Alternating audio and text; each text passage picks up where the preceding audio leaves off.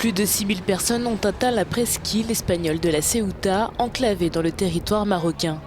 Depuis lundi, une multitude de jeunes hommes qui ont effectué la traversée à la nage depuis Melilla au Maroc sont accueillis par l'armée déployée le long de la frontière espagnole. Cette frontière, elle est la seule terrestre de l'Union européenne avec l'Afrique, ce qui explique son attrait auprès des migrants.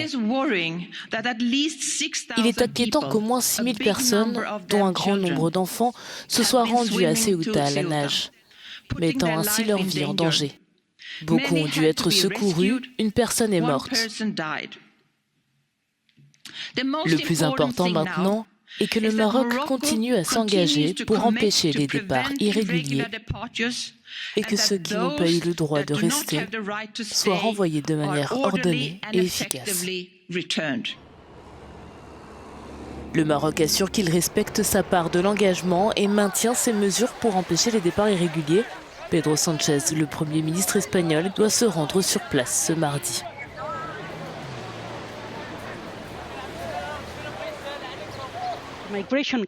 La carte de la migration est utilisée comme un moyen de chantage pour faire pression sur un État membre, en l'occurrence le gouvernement espagnol.